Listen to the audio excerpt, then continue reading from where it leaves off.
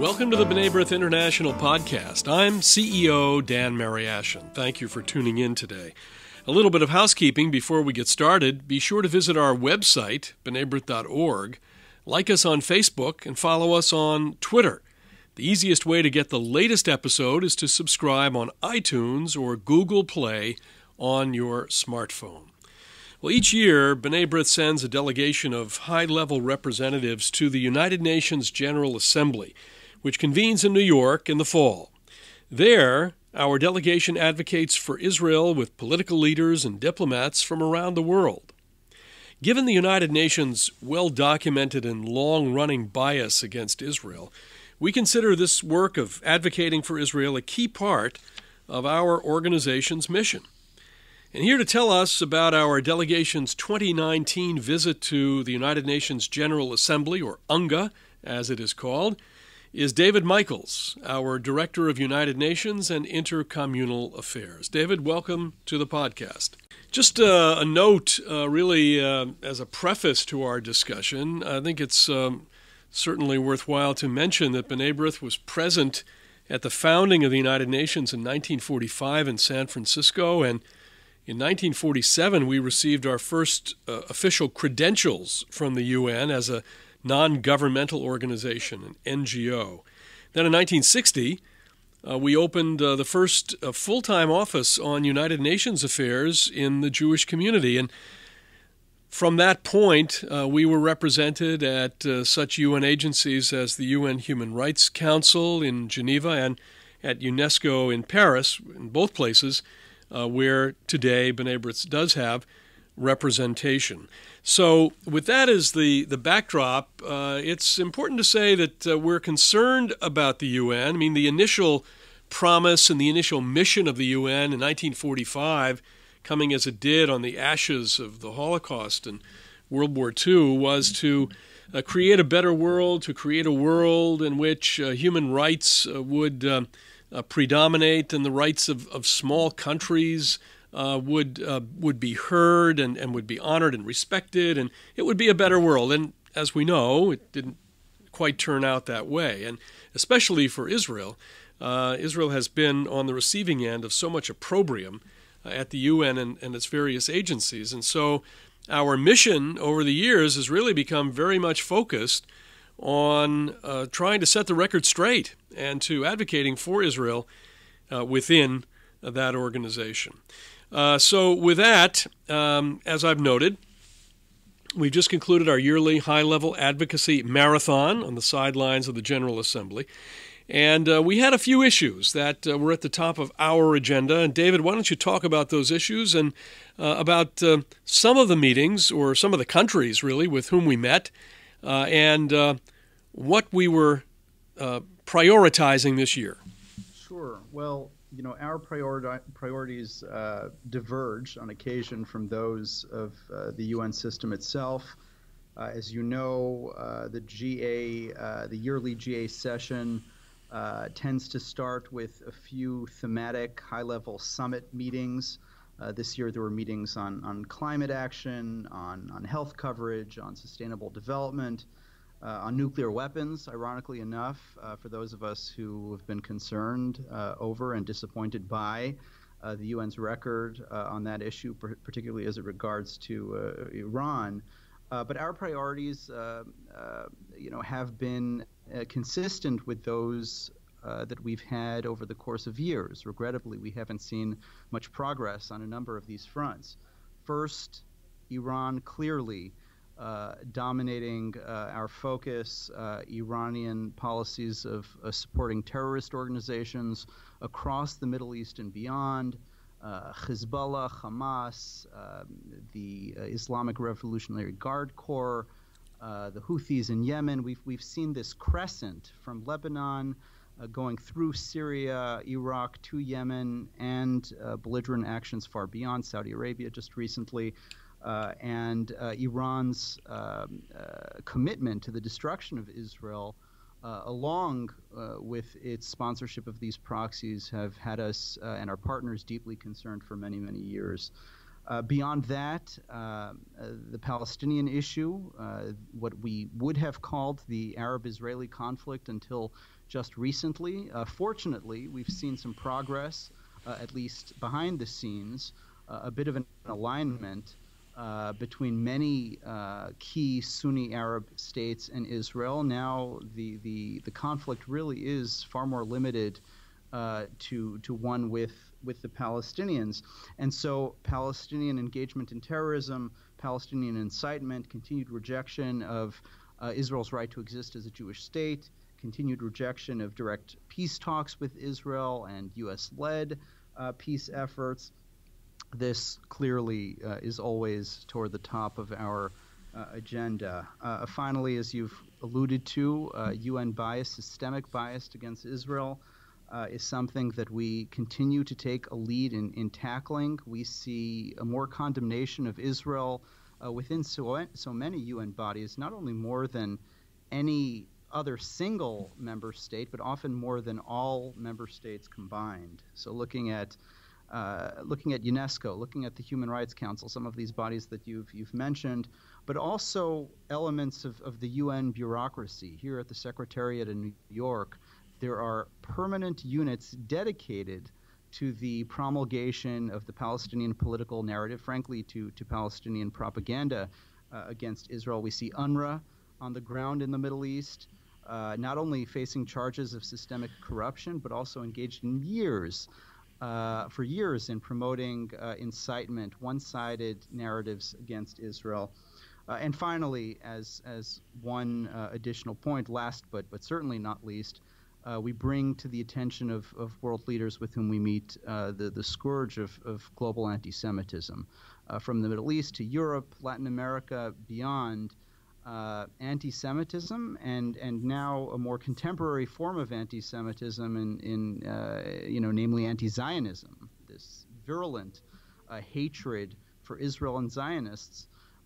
This is something that we take the opportunity to raise with the dozens of world leaders that we encounter this time of year. Yeah, I was going to mention the discussion about anti-Semitism, and particularly now we meet with about nearly let's say 40 countries or so, more or less, so representatives of 40 countries, and included amongst them are countries where the spike in anti-Semitism has really been dramatic, and it has given us an opportunity to discuss that.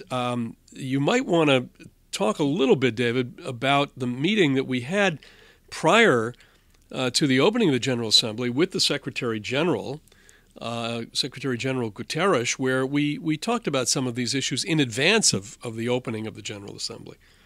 Absolutely. Well, Secretary General Guterres, as you know, is a former Prime Minister of Portugal. He's someone who brings a genuinely deep familiarity with and sensitivity to Jews' history of persecution, of disenfranchisement. And he's someone who, we have to say, in his, less than 3 or just about 3 years at the helm of the UN, has, at least in his personal capacity, spoken out quite forcefully on the question of anti-Semitism and even the question of anti-Zionism.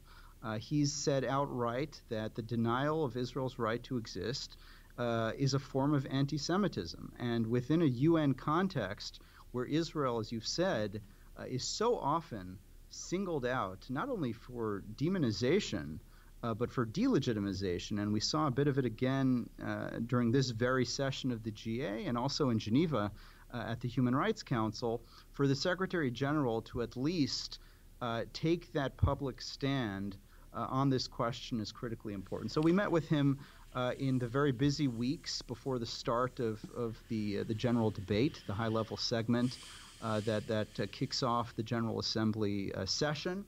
And we raised these very issues, Iran, anti-Semitism, the Palestinian-Israeli issue, UN bias.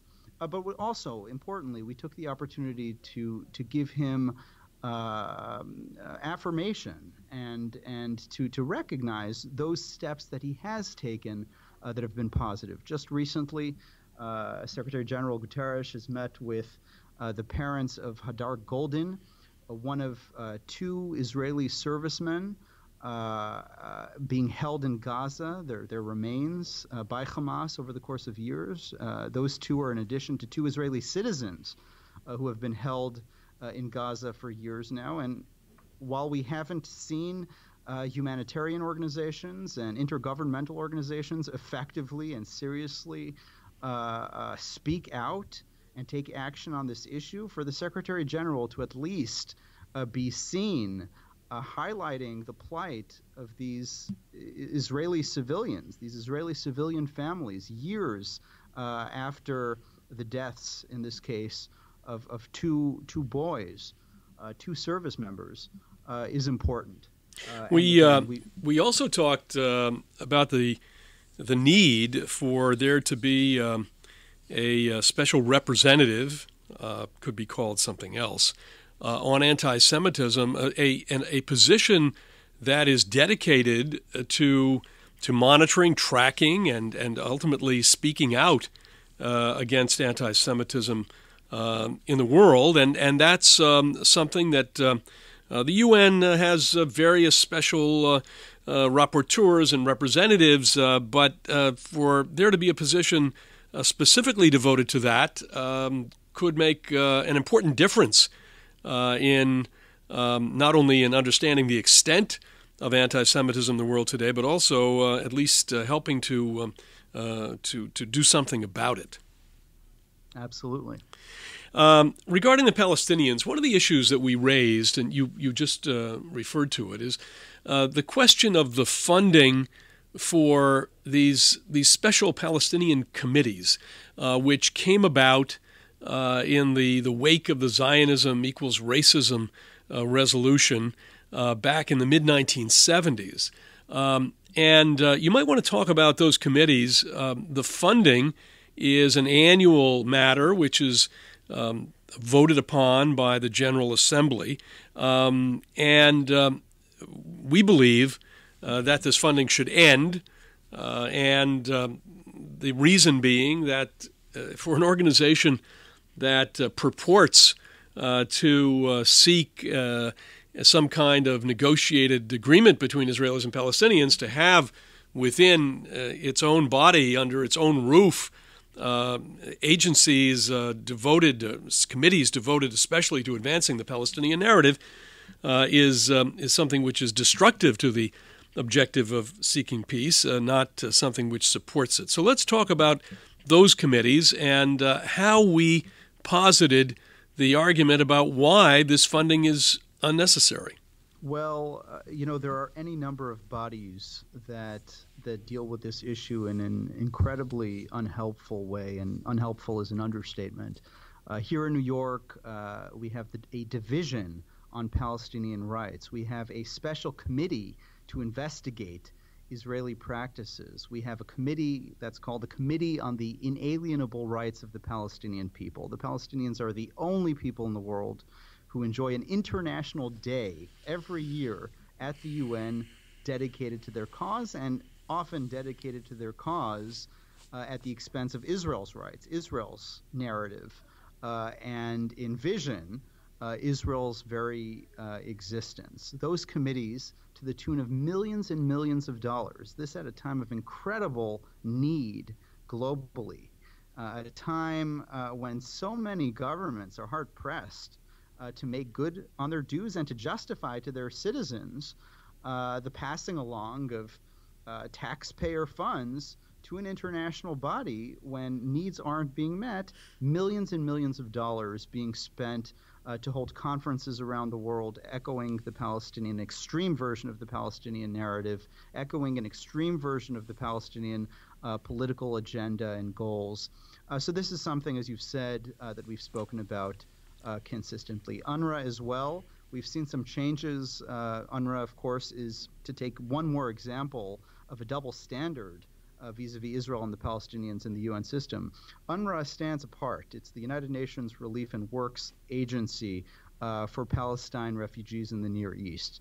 And at the UN, there's one body, the Office of the High Commissioner for Refugees in Geneva, dedicated to addressing the real needs of refugees around the world, and one standalone body operating on very, very different and incredibly political and unhelpful terms, the question of Palestinian refugees. That body, as I mentioned, engages in all kinds of incitement, particularly but not only at times of conflict. We see UNRWA schools whose teachers at times have been complicit in terrorist organizations. In very extreme examples, we've seen schools, whether knowingly or not, that have been used by terrorist organizations like Hamas to store a weaponry for use against Israel, or weapons have been used in the vicinity of those facilities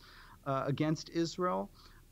Camps that are run by UNRWA where innocent Palestinian children are being taught to remain entangled in this perpetual cycle of violence against Israel. There's been a bit of a change on the UNRWA front, unlike many of those other bodies that you've alluded to, on account of reports that have emerged over the last few months of corruption and impropriety systemically at UNRWA.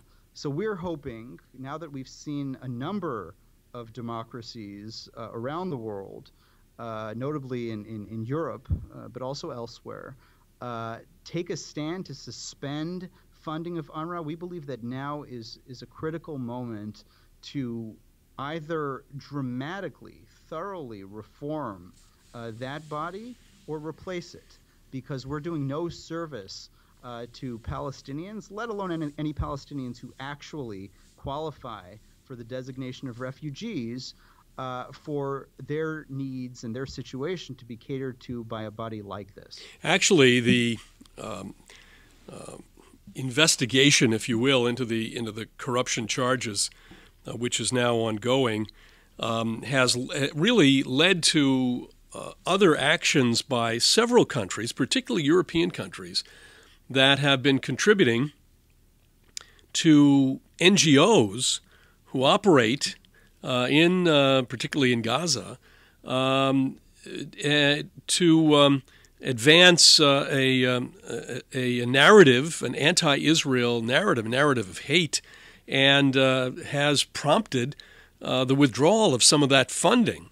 Right. So these are important developments within the UN system. Of course, so much more needs to be done, but it is important that we mention UNRWA today, because it does touch on this entire issue, and which has now gone on for 70-plus years, of creating this, within the UN, this pro-Palestinian narrative. Now, regarding the Palestinians, Mahmoud Abbas, the president of the Palestinian Authority, again represented what is prematurely and unhelpfully dubbed the State of Palestine at the UN. What message did he bring in his presentation before the General Assembly? And we should say that the leaders of all of the various delegations over a period of several days each address the UN. The prime ministers of Europe and presidents from around the world, and our president and others, everybody makes a speech. What message did Abbas bring to this particular General Assembly? Well, unfortunately, for a man who's seen as representing the more moderate, the comparably moderate, the more mainstream wing of Palestinian politics, but more importantly, as the central figure at this moment in Palestinian political life, both on the ground and on the world stage, President Abbas sadly only served up both to the international community and his own people more of the same at the UN. He spoke yet again, in fact, in my view, in some ways, in terms that were more destructive than in the past. Spoke of legitimizing the use of, quote, all means in, quote, resistance against Israel, a clear signal that not only nonviolent but also violent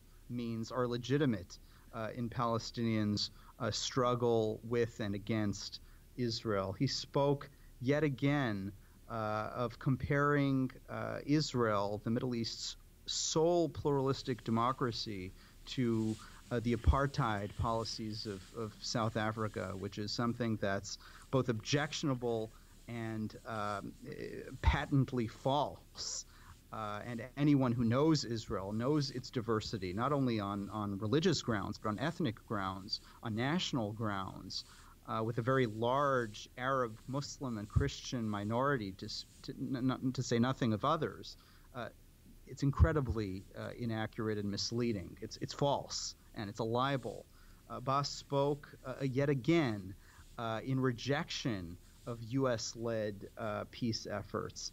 And finally, he ended his speech. It was maybe a 15-minute speech with very little that was positive in it. He personally spoke of being prepared on this question of UNRWA and this question of funding. Our friends among Israel's representatives, but also others here in our own government at home, have spoken about the Palestinians' pay-to-slay policy, Abbas's practice of continuing to subsidize and reward terrorists and their families. Here we had at the General Assembly Hall of the UN, President Abbas saying explicitly that he would give his very last penny to people he described as martyrs and to people who we know are imprisoned terrorists. If Palestinians are going to claim that their needs are so great and they're going to claim that their aspiration is peace, that flies in the face of this type of message from the president of the Palestinian Authority. Well, there's no question that he continues to lead his people down a path of rejection, and the General Assembly podium and rostrum has been used by him now year in and year out to do more of the same. With regard to pay for slay, this was a point which we did raise in our various meetings throughout the week, and it's a point that I think is known by a number of countries. The question is whether they will say anything about it or do anything about it. We've become not very sanguine about that, but it is always important to raise it. And the fact that he did stand before the entire General Assembly and say this only underscores the difficulty, the frustration that many have experienced and have to the present day with trying to advance the cause of peace and a negotiated peace when you have one side that continues to speak as it does and as Mahmoud Abbas did at the General Assembly. I have one more issue, David, before we conclude. We spoke of Geneva, which is where the UN Human Rights Council is based and where we do have representation. It's particularly known and infamous for its anti-Israel bias. It also convened this past month. It convenes, I think, 3 times during the year.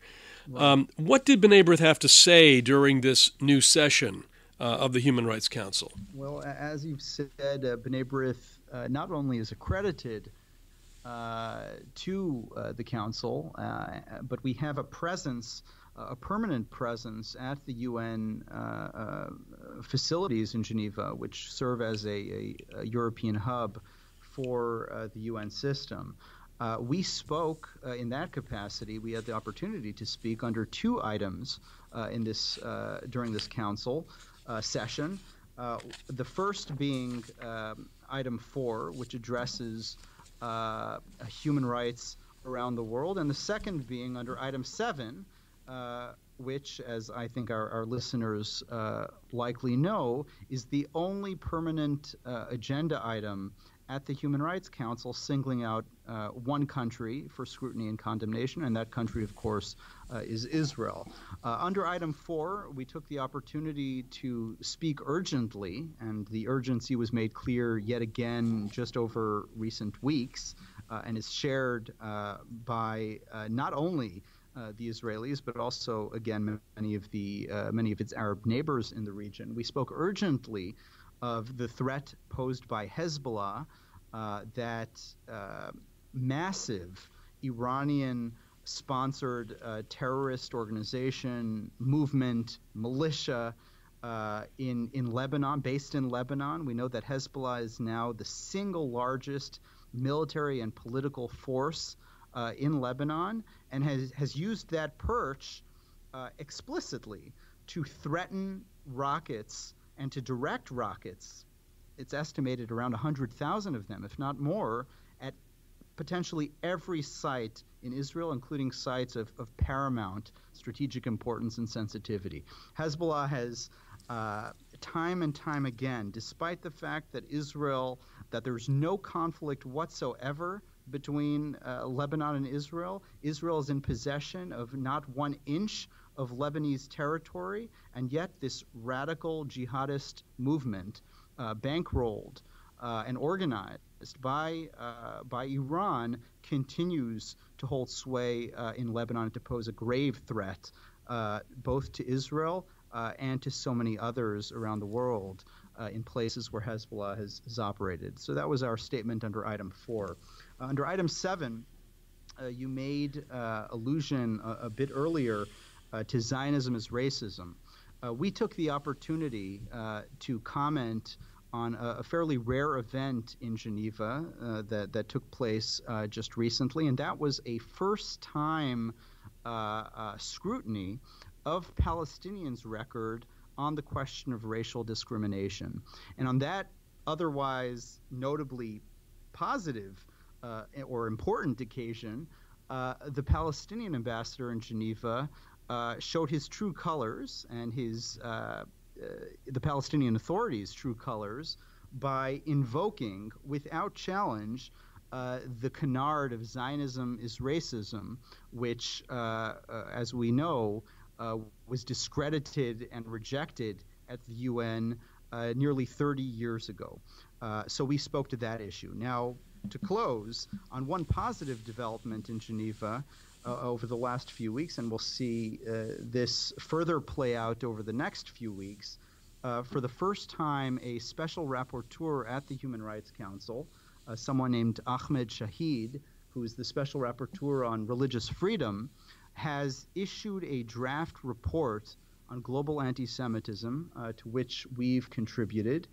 He's also echoed our call for a high-level representative within the UN system to tackle anti-Semitism, among other important points. And coming, while undoubtedly this report, a draft of which we've seen, isn't going to be perfect and can certainly be built upon, to see a step like this coming from a former foreign minister of a majority Muslim country like the Maldives, someone who also was the special rapporteur on Iran, is incredibly important, and we hope that it's the sign of more positive steps moving forward. Well, David, thank you for this update on B'nai B'rith's week in New York at the opening of the UN General Assembly, also the comments about Geneva, where we continue to remain active as an NGO in that body of the Human Rights Council. Extremely important, particularly in this time where we're in the beginning of the new Jewish year, and it's good to have you on the program to talk about it. Thank you.